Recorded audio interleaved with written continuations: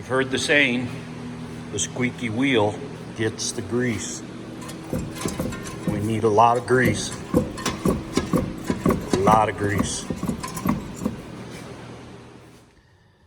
And as you can see,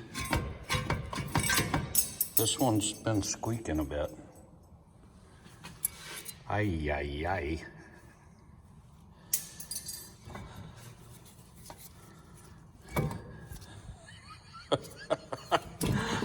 Oh my goodness. Well, I'm glad it didn't completely fall off. That would have been bad.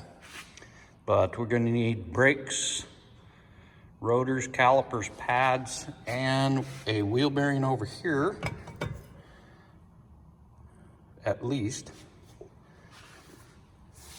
And we'll check everything else out. Looks like we need some little more preventative maintenance, but we'll get this one lined out. Get her done. Anyway, hope your Friday's going well. This is a great way to roll into the weekend. Just make sure your vehicle rolls.